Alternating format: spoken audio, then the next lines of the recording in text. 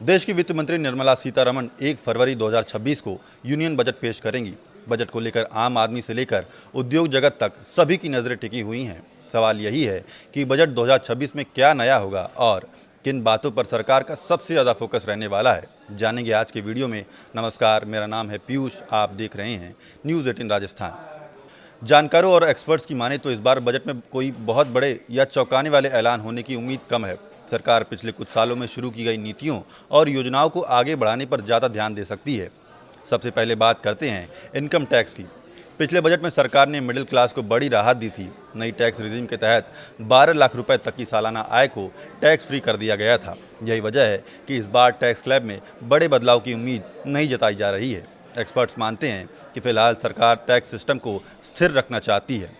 अब बात करते हैं इंफ्रास्ट्रक्चर की। सड़कें, railway, metro, smart city, logistic और ग्रीन एनर्जी, इन सभी पर सरकार का जोर बना रह सकता है। माना जा रहा है कि कैपिटल एक्सपेंडिचर यानी सरकार निवेश में 8 से 10% तक की बढ़ोतरी हो सकती है। इससे निर्माण क्षेत्र को और गति मिलेगी और रोजगार के नए अवसर भी बनेंगे।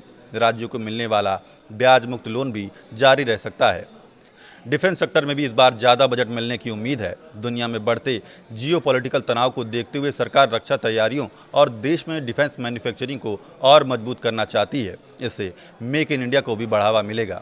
इसके अलावा सरकार एमएसएमई यानी छोटे कारोबार, कंजप्शन बढ़ाने, ग्रीन एनर्जी और एआई जैसे नए सेक्टर पर भी ध्यान दे सकती है। हालांकि एक्सपर्ट्स का कहना है कि नए प्रोजेक्ट शुरू करने से ज़्यादा फोकस पहले से चल रही योजनाओं को तेज़ी से पूरा करने पर रहेगा।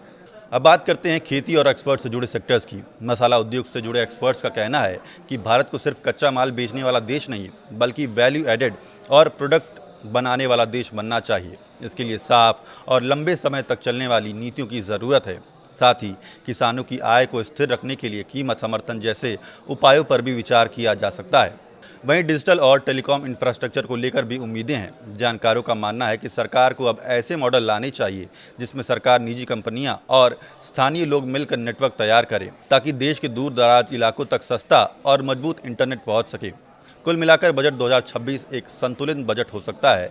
इसमें बड़े ऐलानों से ज़्यादा स्थिरता, निवेश, रोजगार और विकास की रफ्तार बनाए रखने की जोर पर संभावना है। सरकार का फोकस यही रहेगा कि अर्थव्यवस्था की ग्रोथ बनी रहे और आम आदमी को धीरे धीरे राहत मिलती रहे। इस वीडियो में फिलहाल इतना ही। देखते रहिए न्यूज़ 18 राजस्थान।